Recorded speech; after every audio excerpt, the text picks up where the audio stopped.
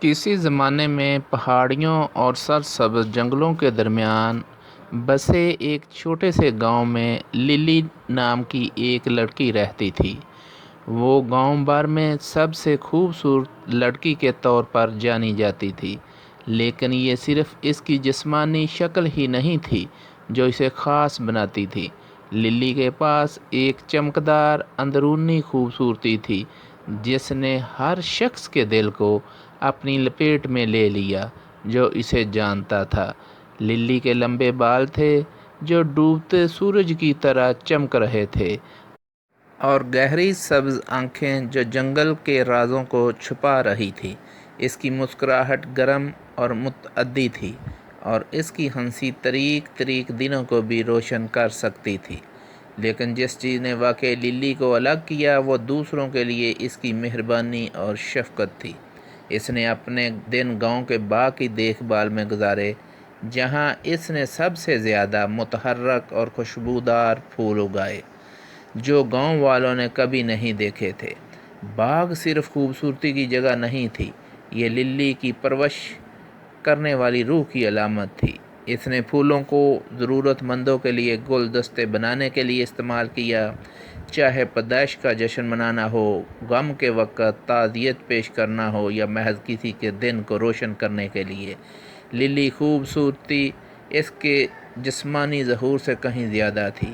اس کا دل ہر ایک کے لیے کھلا تھا، اور وہ ہر جاندار کے ساتھ شفقت اور احترام سے پیش آتی تھی۔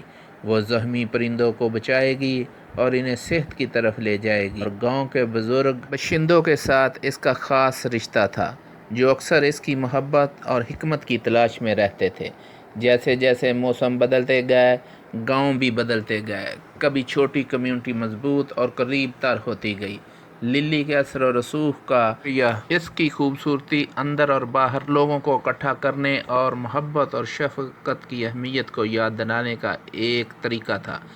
ایک دن گاؤں سے گزرنے والا ایک مسافر للی سے ملا اور اس کی خوبصورتی اور حسن سلوک کا سحر طاری ہو گیا۔ وہ گاؤں میں ہی رہا، اور جیسے جیسے وقت گزرتا گیا وہ اور للی کی محبت میں گہرا تعلق ہو گیا۔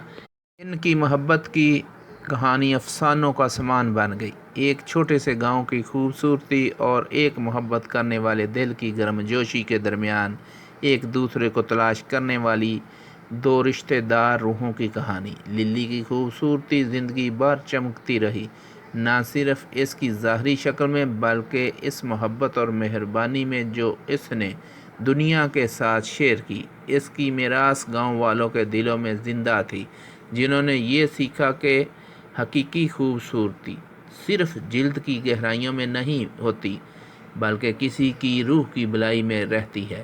اور اس طرح للی نامی خوبصورت لڑکی کی کہانی محبت، مہربانی اور انسانی روح کی لازوال خوبصورتی کی ایک لازوال کہانی بن گئی۔